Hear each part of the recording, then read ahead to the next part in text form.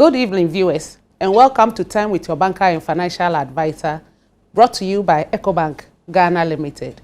We are going to look at banking and its role in the economy. Stay glued to your seat. We'll be right back.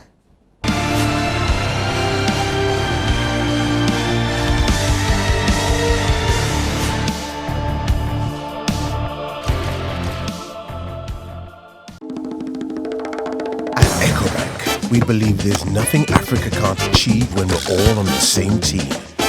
That's why we're right behind you, offering a full range of accounts for everyone. From Ecobank Direct and Classic accounts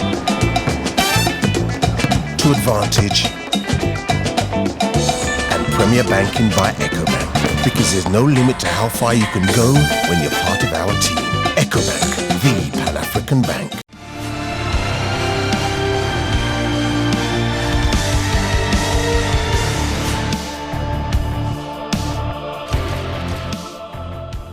Welcome back, viewers. This program is sponsored by Ecobank Ghana Limited.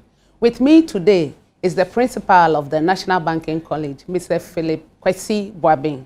Sir, you are very welcome. Thank you. I've known Mr. Boabin since 1991. A very seasoned banker indeed. We're going to look at banking, how it originated and how it came to Ghana and its role in the economy. Sir, you are welcome again. Thank you. So banking, how did it get to Ghana? The story dates back to 1896 when the Bank of British West Africa was established. By the colonialists, of course. And the success of this bank enabled other banks to also want to come in. So in 1918, the Colonial Bank, which later metamorphosed into Barclays, also came in. And basically, these banks were to further the business interest of the colonialists as well as the colonial government. So in 1953, when Ghana started self-rule, 1952, Kwame Nkrumah decided that, look, we also need a local business, a local bank that can also promote local businesses. Was it that the foreign banks were looking into the businesses of foreign? Well, they know their people, they understand their systems, and therefore, naturally, they will not be too keen in promoting local entrepreneurs. And so when the Numados and all those come up, Kwame Nkrumah found that, look, there's also the need for us to get our own local bank that will understand the business of the local entrepreneurs and promote the business of the local entrepreneurs. The staff were even foreigners. Oh, well. And it can be intimidating. Yeah, banking had been brought new, and therefore it will take time for the local to also to come on board. So it will not be, it's natural that it should be so. Yeah. So in 1953, our good old Ghana Commercial Bank, now GCB Bank, was established to promote local business, so to say. Then in 1957, the Bank of Ghana was established, and the main purpose of the establishment of Bank of Ghana was to manage the country's currencies. But before Bank of Ghana was established, which of the banks was the central bank? Because if there is a banking system operating, there should be a central bank. Ghana Commercial Bank was sort of playing that role of banker to the government. But before Ghana Commercial Bank? Oh, of course, the British colonial banks will be doing that. Yes. Remember, we were not independent at that time. Yeah, so Central Bank of the country, we were not independent at that time. But when we became independent, then there was the need for us to get our own central bank to manage our own currency. Remember those days we didn't have our own currency, we were using the pound. The pound, yeah, the shillings. So 1957, when we became independent, there was the need for us to have our own Bank of Ghana Central Bank to manage our currency. And get our own currency as well. Sure. And then 1989, the banking law, PNDC law, 225 was promulgated, and some local banks were incorporated. Realized that GC, Ghana Commercial Bank alone, was not enough in promoting the business of Ghanaian enterprises. So we had local banks coming in. The Trust Bank came in. The Metropolitan and Allied Bank came in. That was in 1964. They were incorporated as local banks. 64, Trust Bank. 1974. 1974. Yes. Oh, so by then the Trust 1974. Bank was established earlier. Yes, I said by 1974. By 1974. Yes. Again, it was found out that Ghana is a development country. And as a developing country, the commercial banks were more interested in commercial business and possibly their profits, so to say. So there was a need for some governmental interventions to establish development finance institutions, banks with focus, special vehicle banks. So the National Investment Bank was established, I think somewhere in 1963, to look at the promotion of local industries. Yes. The Agri Development Bank to look at the focus being agric. The Bank for Housing and Construction was established, the focus being housing and construction. And the Merchant Bank was also established. Merchant Bank ensuring that international trade, foreign trade is of possibly more of local people, local entrepreneurs, local businessmen are promoted. Then the Cooperative Bank. Well, yeah. Cooperative bank. Yes, cooperative bank from the cooperatives, to again also from the cooperative societies. Also cooperative societies Yeah. also to help the cooperative spirit and indigenous business. That was made solely into microfinance. That was The Cooperative Bank. I think the intention of the government was to go into microfinance because those days the cooperative societies were in the remote and rural areas. Yes. But I think that it was defeated. That time this idea of microfinance was not so popular. And of course, you see, as far back, do you have National Savings, Post Office Savings Bank? Post office. I know National Savings and Loans.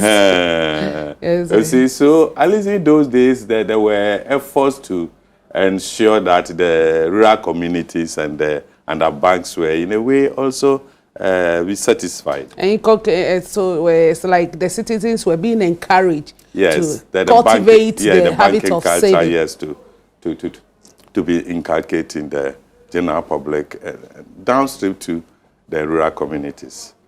But was this achieved? Looking back. Well, your guess is good as mine. They face their own challenges. We know the story that how Cooperative Bank ended. Of course, that's for Bank for Housing. Savings, Post Office Savings Bank was swallowed by SSB, and then the story of SSB also came to be different, having merged up with, and the whole lot of development, possibly the development may also explain how, for example, corporate SSB had to merge with SSB. That's somewhere the liquidation of cooperative. Of course, the liquidation of Cooperative Bank and Bank for Housing. These are all some of the challenges that came with this specialized development finance. When you don't stay within your lane focus and you, it's not their fault. You also have to ensure that the bottom line you get in place, you declaring profits, and therefore you go commercial and do things that you have not been licensed, and you are not trained to do. And the history is out there for us. The Bank for Housing had to collapse under credit fraud, and the Cooperative Bank also had to go under. Then in the Banking Act came in 2004, realized that, well, I think the regulators realized that there was the need to revigorate the banking. So the minimum capital, for example, was increased from 60 million in 2007. In fact, now it's 100 million. Is it dollars or cedis? Cedis. We are seeing no dollarization. The universal banking license was issued also.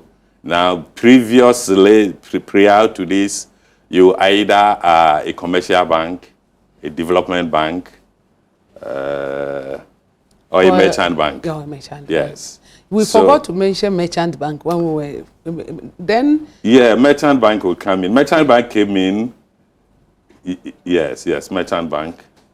They were then the only bank doing wholesale banking.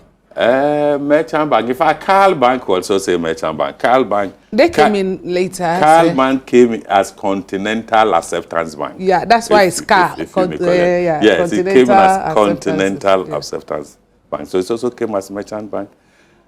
But it was realized that, well, why this dichotomy? So in 2007, thereabout, this dichotomy between development banking, commercial banking, and merchant banking was removed. So you can, once you are licensed as a bank, you can do all the three.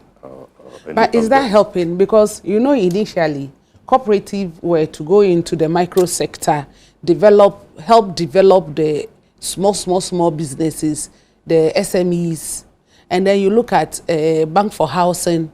So their main business is to see to construction of homes for citizens. You look at ADB solely to develop agri sector.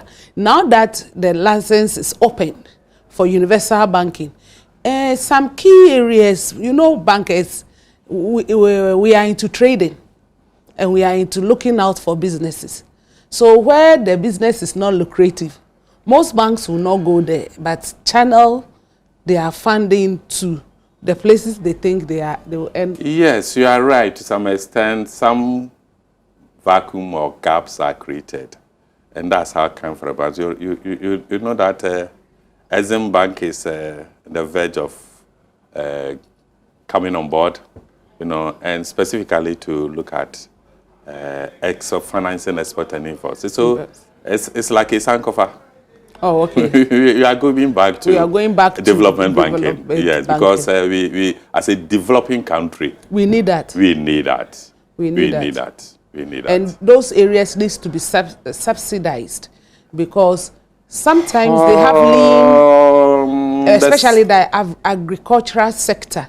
They have lean season, so interest rate to those areas must be looked into. Well, you see, these days, when you talk of subsidies in this period of liberalization, you know, and it doesn't so much synchronize with the times. There are other avenues to ensure that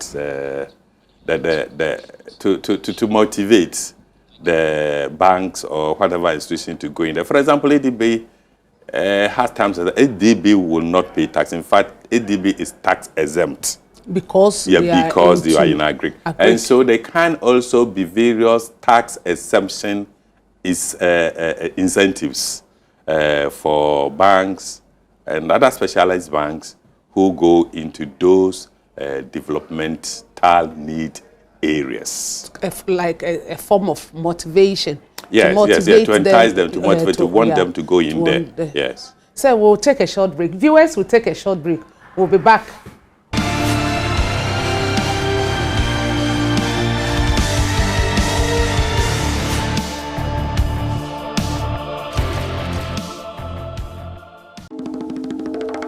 At EcoBank, we believe there's nothing Africa can't achieve when we're all on the same team. That's why we're right behind you, offering a full range of accounts for everyone. From EcoBank Direct and Classic accounts to Advantage, and Premier Banking by EcoBank. Because there's no limit to how far you can go when you're part of our team. EcoBank, the Pan-African bank.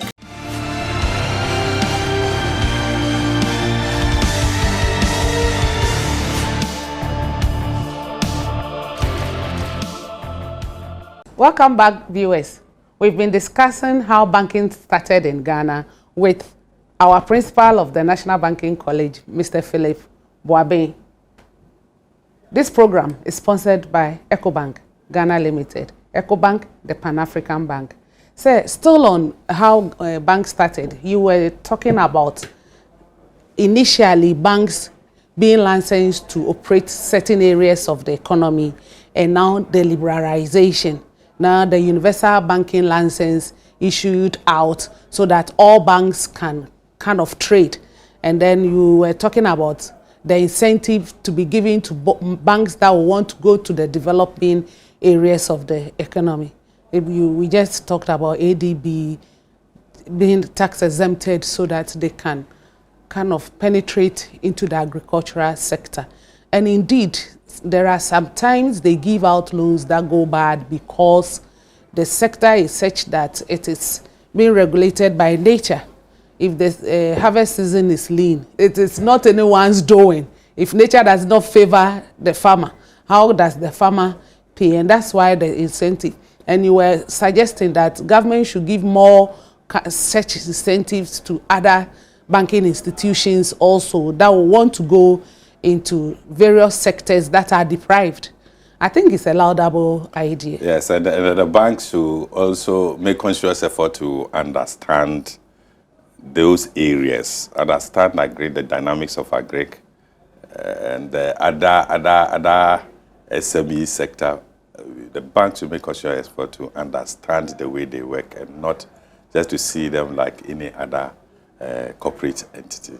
But agric is also our backbone. So I think more banks should be interested in going into that area. At least they owe the citizen a social responsibility, kind of. Yes, and that's also why, as a nation, we also all have to make conscious effort to develop the infrastructure base for effective takeoff in agricultural financing. We talk about by the grace of God agriculture.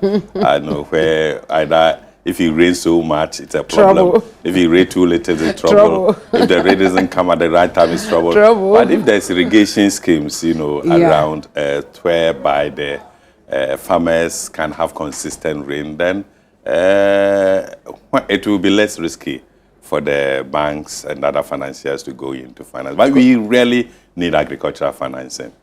Yeah, because banks will tell you that they are trading with people's monies. And those people will want returns on their money, so they can't risk going to certain areas that will not benefit them. Well, but banks also operate within the real economy, and agriculture they play major role, backbone economy. And if the real economy is not performing, the banks will also not perform. Yeah, so they should try and take risks and go into those areas at least. A percentage. Understand the risk and know how to manage the risk. It depends on the appetite, though. The risk appetite. Well. Yes, sir. So we were on other banks being kind of motivated by government so they can go into developing sectors of the economy. Yes. What do you suggest again that can be done? Not just agric. It's a lot about that the government is moving into export and import. In fact, I want the emphasis to be on export financing. More. But yes, more. And I will advise that we take lesson from the failures of the development finance institutions that were established earlier, who sort of lost their focus because of challenges, including political interference from all states, which will not allow these development finance institutions to actually work as independent entities to pursue and achieve the objective for which they were set up. But I think that it's a lot of activity that should promote exports. If you promote exports, there's CD depreciation, there's basically fundamentally a demand and supply currency issue. And therefore, if we make conscious effort as a nation to develop the export sector, then we will be in a better position to stem the... Yeah, I'm looking at how the banks can go into that area and work vis-a-vis with the government to develop the deprived areas. Yes, it depends upon the bankable projects that are available. I believe that ISADA is able to bring out bankable projects, package them in a way that is feasible to the banks. Why not? Banks are in the business of selling money. They'll go in there and assist. Yeah. So says still on universal banking and it's banking being liberalized. Way forward. Yeah, you were talking about liberation. Now we have the regional banks in operation. Yes, that is where every economy is going.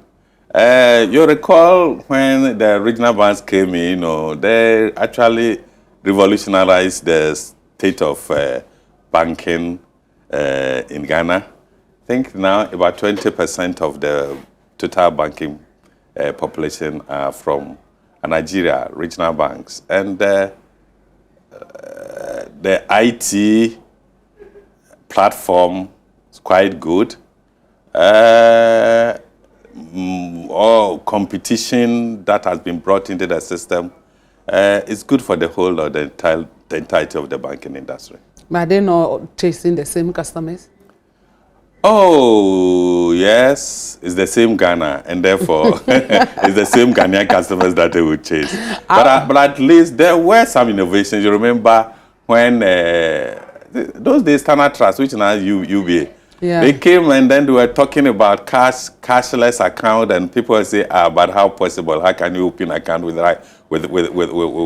cash, without cash? You understand? These were all innovations, and now you look. All other banks are doing it now. Other banks are giving cash vouchers free. We give you free money, come and open an account. You are seeing? And so the innovations that they brought into the system is awesome. Competition has really brought innovation, a lot of innovation. Yeah. So how many banks do we have so far? We have about 30 banks for now, yes. Sovereign and others being the latest, yes, 30 banks for now. 30 banks in the country? Yes. I think it's on the higher side because aside savings and loans, microfinances, and other... To be say on the higher side is relative. In a way. What's our population? And what's the number, the percentage of unbanked population? People are out of the view that, well, instead of having 30 banks, for example, we can still have fewer banks with very huge capital. But the other side of this is that, well, if I have my money, I set up my bank, I can decide to be small. And still operate.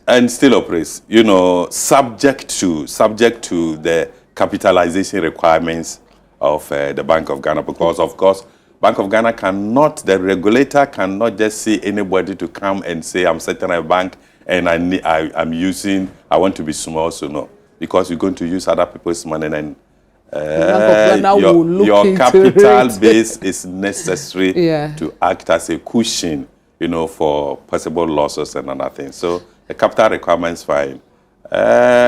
It's debatable as to whether 30 banks are too many or whether that should be measured. But unfortunately, you see, the initial thought behind the capitalization. So we'll take a short break. We'll take a short break. Viewers will take a short break. We'll be right back. This program is sponsored by EcoBank Ghana Limited, the Pan-African Bank.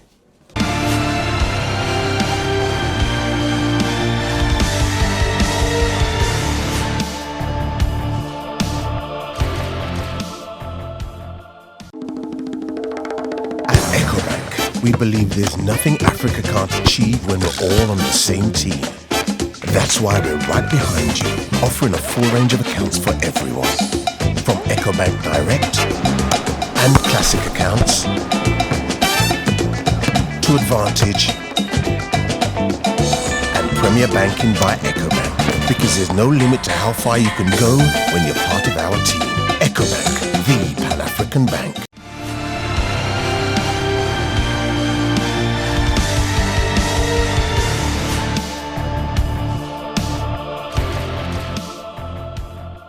Viewers, welcome back. We're still with Mr. Philip Boabin, the principal of the National Banking College. This program is sponsored by EcoBank, the Pan-African Bank.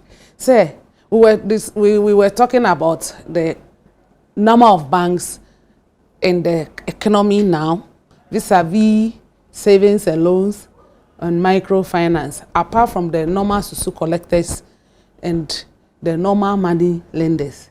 And we were discussing whether there is the need for all these financial institutions and the economy. And you were saying it's debatable. No, the debatable issue is whether, for example, one group of people will say that instead of 30 banks, let's have some few banks with huge capital. And another will say that, well, I can decide to be small. That is why I want to have a niche, you know. And we're saying that one of the thoughts behind the increased capitalization, apart from ensuring that the banks are well cushioned to take up big ticket transactions. Remember, we're now in an oil economy. You know, that needs large volumes. Yes, apart from the one of the thoughts behind, possibly by the regulators, was the fact that, well, this will also force the banks to merge. But the results were not too good. Well, anyway, we had merging, like two or three banks coming together. Access Bank, for example, merged with Intercontinental Bank. Yeah, so that at least they can get the capital base. Similar bank, smaller banks, but with huge capital. Yeah. So you had it. So that they can go into big ticket transactions. But is it working? Oh, the only one I heard of is Access. Access Bank taking over Intercontinental Bank. And TTB, EcoBank taking over TTB. They don't say taking over. They say it's a merger. Oh, a merger, a merger. And then Fidelity and ProCredit. Fidelity, ProCredit. Yes, these are all developments, you know. And HFC Bank, you know. We'll call that one a merger or takeover. That's another. I want to ask you before you ask me. So these are all offshoots, you know, of the increased capitalization. At least one effect is to encourage mergers. But I think more mergers are encouraged. So unfortunately, our time is up, as it's becoming interesting. So I don't know whether you can make time for us to continue this discussion, maybe next week. At the service of the banking industry and Mother Ghana. Thank you, sir. Thank you, sir. Viewers, this is where we'll end today's episode. Thanks for watching Time with Your Banker and Financial Advisor, sponsored by EcoBank Ghana Limited. I'm your banker, Betty Ayi. We hope to see you next week.